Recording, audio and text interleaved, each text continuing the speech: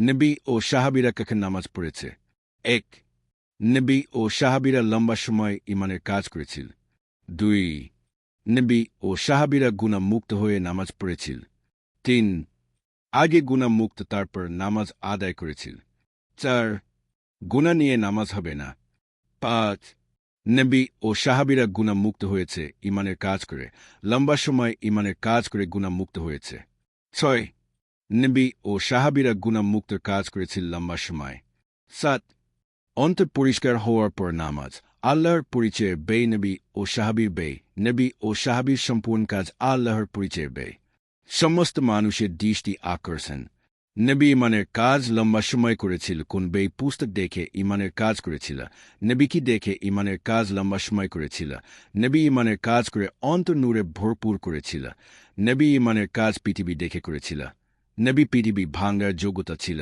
পৃথিবী ভাঙলে দেখা যায় সব আল্লাহ করেন। এইভাবে লম্বা সময় পৃথিবী ভেঙে মানুষদেরকে আল্লাহ দেখাইত, এটাকে বলে ঈমানের কাজ। নবী লম্বা সময় পৃথিবী ভাঙার কাজ করে নিজের অন্তর নূরে ভরপুর করে পড়ে সমস্ত ফরজ আদায় করেছে। এইভাবে সাহাবীদেরকে লম্বা সময় পৃথিবী ভাঙার কাজ করেছিল। সমস্ত মানুষ পৃথিবী ভাঙার কাজ শিখতে হবে।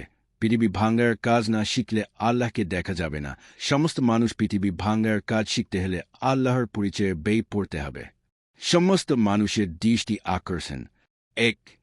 নবী ও সাহাবীরা কিসের দাওয়াত দিয়ে মানুষকে আল্লাহ চিনাইছিল, সেই দাওয়াতের কাজ কোরআন শরীফে নাই। ২. নবী ও সাহাবীরা দাওয়াতের কাজ লম্বা সময় করেছিল, সেই দাওয়াতের কাজের আয়াত কোরআন শরীফে নাই। ৩.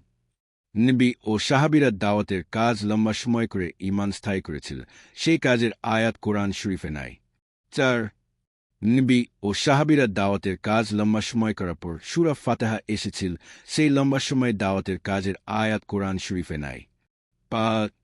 নবী ও সাহাবীরা দাওয়াতের কাজ দিয়ে মানুষদেরকে ঈমান দিত এবং আল্লাহকে চিনাইত, সেই প্রথম কাজের আয়াত কোরআন শরীফে নাই। ৬.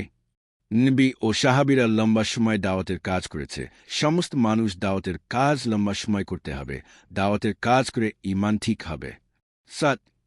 নবী ও সাহাবীদের দাওয়াতের কাজ দেওয়া আছে আল্লাহর পরিচয়ের ব্যয়ে। ৮.